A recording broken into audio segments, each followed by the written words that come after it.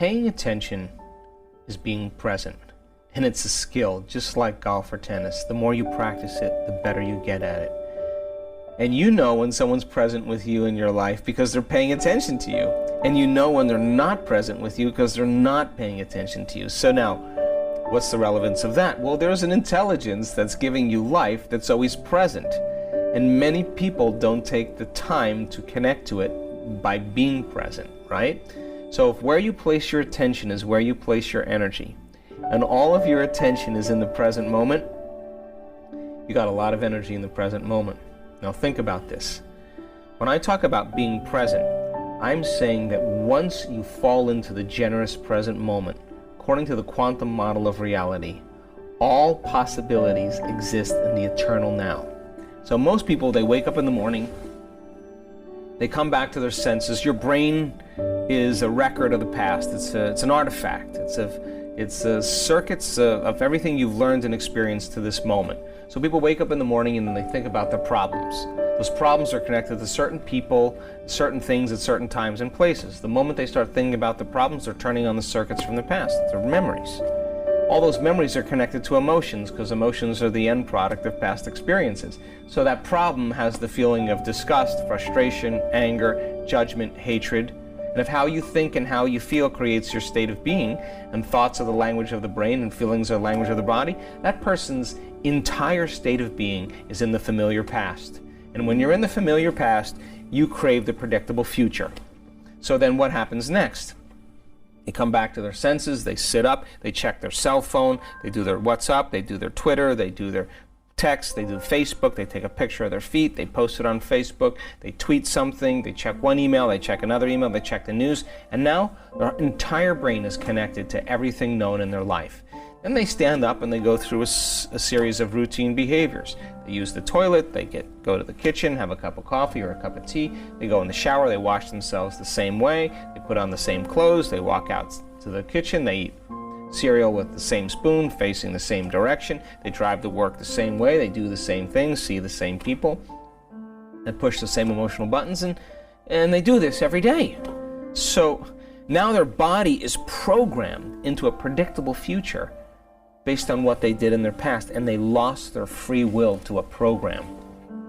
And so now, if you're not getting up in the morning being defined by a vision of the future, then you'll be predictable in your life. You're left with the old memories of your past. So then, as I said, the stronger the emotion that you have with some problem or person in your present reality, the more you're going to pay attention to that person or problem.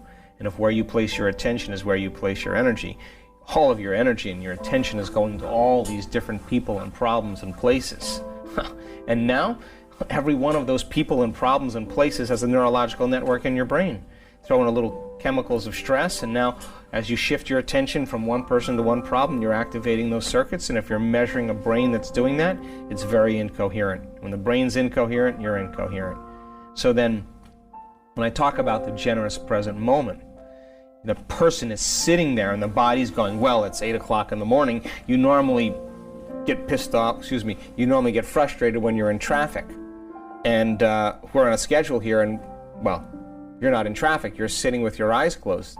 The body goes, well, let's just get a little irritated, right? And you make that person become aware that that feeling of irritation is the body craving that addictive emotion, and you settle the body back down into the present moment and you unfold back into possibility. Every time you do that, you're reconditioning the body to a new mind, and you're telling it it's no longer the mind, that you're the mind. And now your will is getting greater than the program. And then the body says, well, it's 11 o'clock. This is normally when you check emails and judge everybody that sends you an email.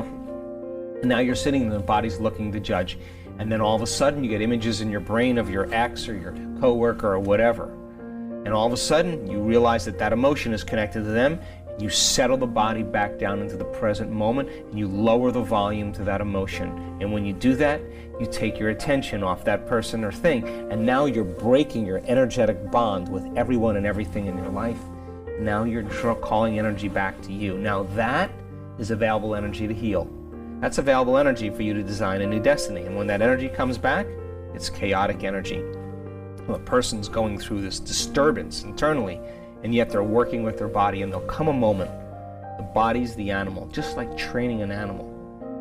Sooner or later, it's going to surrender to the mind. And when it does, there's a liberation of energy. And now the person doesn't want to think about the predictable future, their familiar past, doesn't want to get up and open their eyes, doesn't want to go to the bathroom or eat anything. They're so happy in the present moment that they freed themselves from the chains of their own personal limitations. And the side effect of that is called joy. That joy is the absence of that habituation or that emotion. It's